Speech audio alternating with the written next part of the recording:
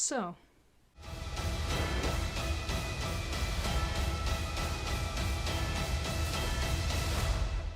let's talk about Peter Pan.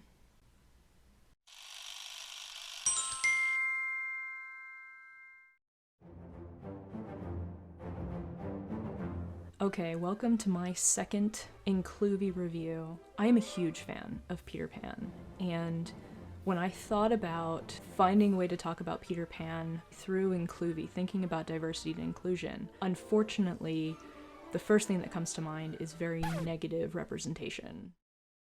Peter Pan has a very long history, and in almost every adaptation, the indigenous characters are not well represented. In the animated Disney movie, why does he ask you out? In the musical, where you have the song Ugga-Wug, and even worse, the whitewashing of the character in Pan by having Rooney Mara play that character. In fact, one of the interpretations, Hook, just decided to not even include the indigenous characters, probably because they didn't want to deal with all of the backlash they would get for doing that wrong. So they just omitted them entirely. People just can't figure out how to do that representation well, either because they didn't try or because they didn't care enough. Who knows what the real reason is? Hollywood, Broadway, everybody just seems to be unable to do the right thing with this storyline. But I'm very happy to report that there are 2 upcoming Peter Pan interpretations that have taken the diversity and inclusion aspect of it to heart and are really trying to reclaim the story for people who really didn't get to see their story on screen before. One of those is in the theater world. The musical that I loved and adored, in spite of this very problematic number of Ugga-Wug, is getting a revival. But thankfully, with Larissa Fasthorse penning a new book for it. So they've got someone who is of Lakota descent rewriting this story, reframing it, reimagining it, and so that the representation for the indigenous characters like Tiger Lily and her people is going to be done in a non-offensive way. It seems like a really easy fix. It seems like something that they should have thought about years ago in any version of the story that's been adapted over the decades. But I'm glad that it's finally happening, and I'm really happy that it's happening with the musical, because the musical was really special to me when I first saw it, and I want it to be able to be something that is safe for everybody to see, and to not be worried about, are they going to handle this aspect of it well?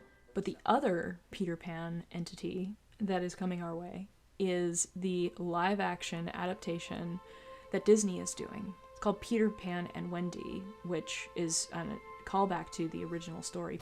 Peter Pan? Were you expecting someone else? They've got a person of color who's playing Peter and Tinkerbell. I'm very excited to see Yara Shahidi do her thing. I will say, back in 2020, there was a movie called Come Away that featured a biracial character as Peter Pan, but it was not, like, specifically just a Peter Pan movie, so this is the first time that we're actually getting, like, a full Peter Pan movie with a person of color playing Peter Pan. They've got an indigenous person playing Tiger Lily. But know that where you go from here, it's up to you. And in addition to that, the Lost Boys also include people of color and girls, because what's to say that girls can't be Lost Boys too? I'm all for that. But you're not all boys. So? I'm all for a lot of the gender-bending, queer, non-conforming sort of undertones that exist within the fact that more women than men have played Peter over the years. So leaning more into that space is all right in my book. What I love about these 2 upcoming adaptations is not only are they giving reparations to part of, honestly, like, the fandom behind this story that hasn't gotten a chance to be seen, they're also acknowledging this is an issue and we're fixing it, or we're doing our best to bring attention to it, address it, and hopefully repair the damage that has been done for decades. They're checking the right boxes, which is one side of doing things the right way, but they seem to be very intentional about tailoring the story so that it's not just like on the surface we're doing the right thing. They're kind of going more underneath, and I wish more creators cared about this kind of stuff in the same way and were really being intentional about How do we make up for the decades where this was a problem? How do we both call attention to the fact that this is an issue and make it better and open up a door for everybody else telling this story going forward to do so in a more inclusive and thoughtful, socially aware manner? That to me is what these particular adaptations are making possible. So yeah, go Disney, go Broadway. Thank you for allowing me to have something to really look forward to about Peter Pan's future. Okay, so I have now seen the film Peter Pan and Wendy, and I can report back. This is Neverland, where nothing ever changes. Least of all me.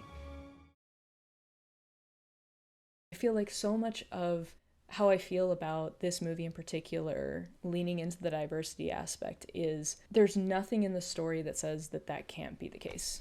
Nothing in the story says that Peter has to be white or Tinkerbell has to be white or we can't have representation for a lot of different lived experiences. So I'm just so happy that Disney was just like, why not? Let's do it.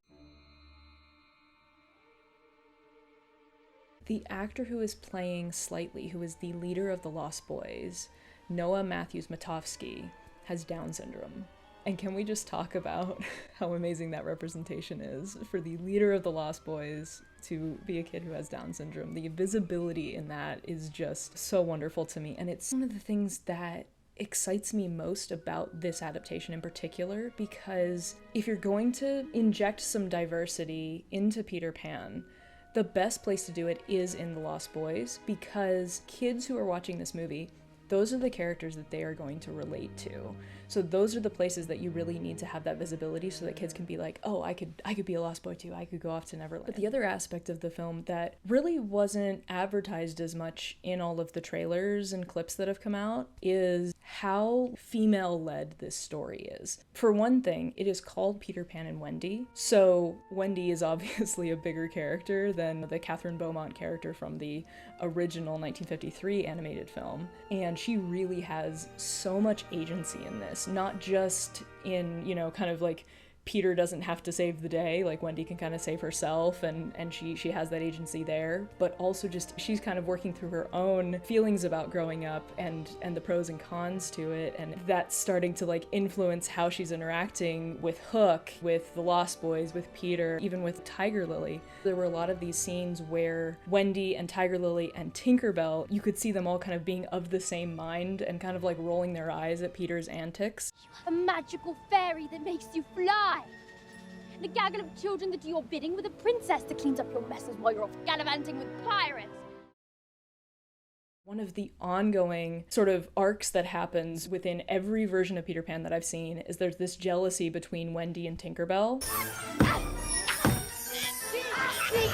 And I think it's because there's this like assumption there has to be like a romantic storyline going on between Wendy and Peter. So I was really happy that this film did not go there with it. So that throughout the film, you get to see these moments where Wendy's like, I wish I could understand what you're saying. We could talk about all the things that you could talk about with how like Peter never listens. He just assumes he knows what you're saying. What did she say? She says you're a big ugly girl. Oh. What did she say?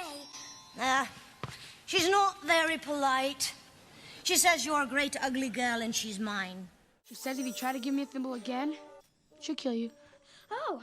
What she's saying is, I saved the day. But then, of course, at the end of the film, once they've gone on this adventure together, we get to see Tinkerbell talk and Wendy understand her, and she's like, thank you for hearing me.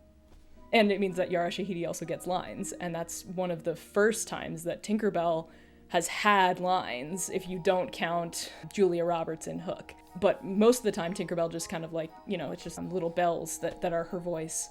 There's all kinds of things you could talk about women not being able to talk.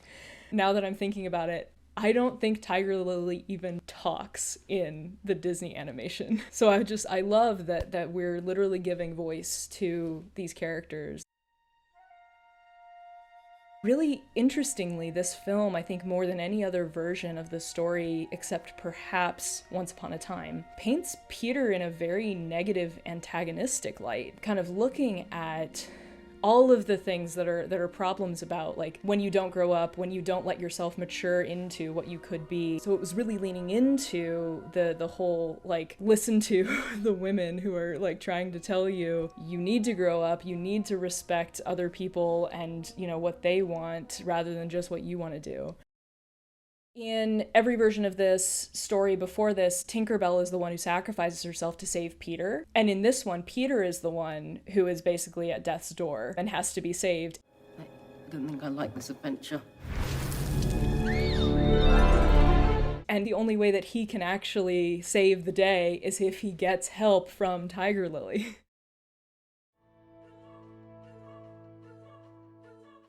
And I gotta say, Alyssa Wapanattuk, who plays Tiger Lily, speaks Cree multiple times in this thing, and it just feels like infused into her character that she is actually an Indigenous character. She has her own kind of life that she's living with her people, but clearly is always interacting with the Lost Boys and not in a, like, let's fight each other kind of way. There's this camaraderie there, but also the fact that she's on horseback kind of feels like she's leading the charge. As I said, like, slightly as the leader of the Lost Boys, but I think they do need someone who's, like, slightly older, slightly more mature. Wow, I used slightly twice there. That was intentional.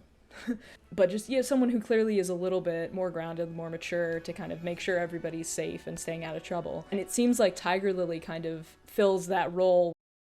Something I hadn't even really thought about a lot until this time, and I think because of the better representation for Tiger Lily, is if we have these native characters, then that means that these are the people who were in Neverland before Peter and Hook and everybody came. It's interesting to think about what was Neverland like before we had the Lost Boys and the pirates kind of invade, and what would it be like if they all left? It unwrapped new layers that could be there for that character. When you actually care about getting the diversity right, it can reveal all these new ways that you can take the story. It's so exciting to me because I feel like Tiger Lily's story is one that, because it hasn't been done well, we haven't even gotten to think about what else is there. You know, I just feel like this film opened up a lot of these doors to possible new stories to explore, and that's just, like, really cool.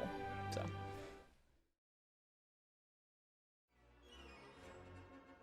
If you want to hear more specifically about this topic, I'll have a sort of extended video on my own YouTube channel that you can check out. Yeah, think happy thoughts. Second start of the right and straight on till morning. I don't know, how do I want to end the video?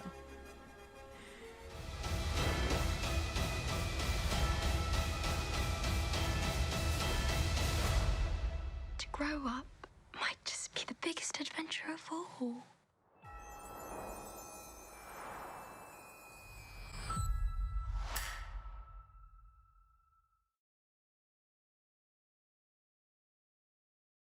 Ise sene nasquas, sunque te hetko, zatakeras saxtoha tanu, setko.